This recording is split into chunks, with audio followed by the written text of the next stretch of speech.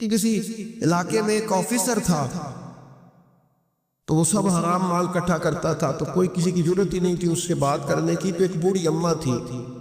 وہ بڑی حق بات کہنے کا مزاج رکھتی تھی، تو ان کی مرغی مر گئی، تو اس کے گلے پہ چھری چلا کے نا تو اس آفیسر کے گھر دے آئے دیسی مرغی۔ تو وہ شام کو شکریہ ادا کرنے آ گیا، کہنے لگا اماں کمال کر دیا، دیسی مرغی تو کوئی کسی کو دیتا ہی نہیں۔ کہنے لگی بیٹے نہیں، کمال والی بات بھی مر گئی تھی۔ تو وہ ناراض ہو گیا، کہنے لگا مر گئی تھی تو میرے گھر کیوں دے دی؟ کہنے لگی سارا محلہ جانتا ہے تو سارا حرام کھاتا ہے۔ تو میں نے کہا یہ کروڑوں حرام کھا گیا تو کوئی مشکل نہیں، تو ایک مرغی سے کیا تکلیف دے گی؟ تو اللہ نے اس کے دل میں بات ڈالی،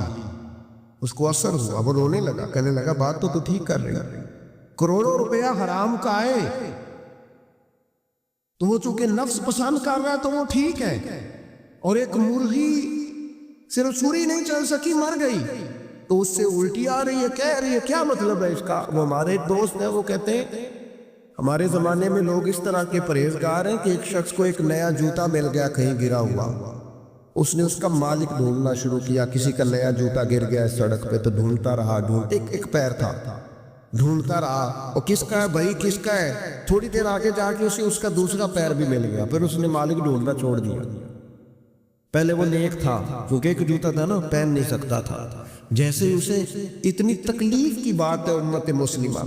نفس کی خواہش کو خدا بنا لیا، جو تیری طبیعت میں آئے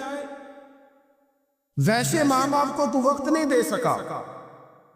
ویسے اگر تجھے کہا جائے کہ ماں باپ کی طرف سے کسی یتیم بچے کا خرچہ اٹھا لے وہ تو نہیں اٹھا سکتا،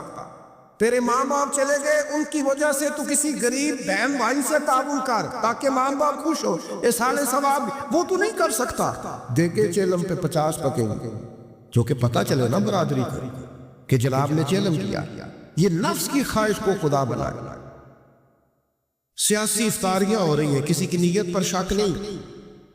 اچھی نیت سے لوگ افطاری کراتے ہوں گے، لیکن وہ گھروں کا بھی تو ہمیں پتہ ہے نا کہ جہاں لوگ آٹا بھی اس لیے تھوڑا پکاتے ہیں کہ کل بھی اس کی ضرورت ہے،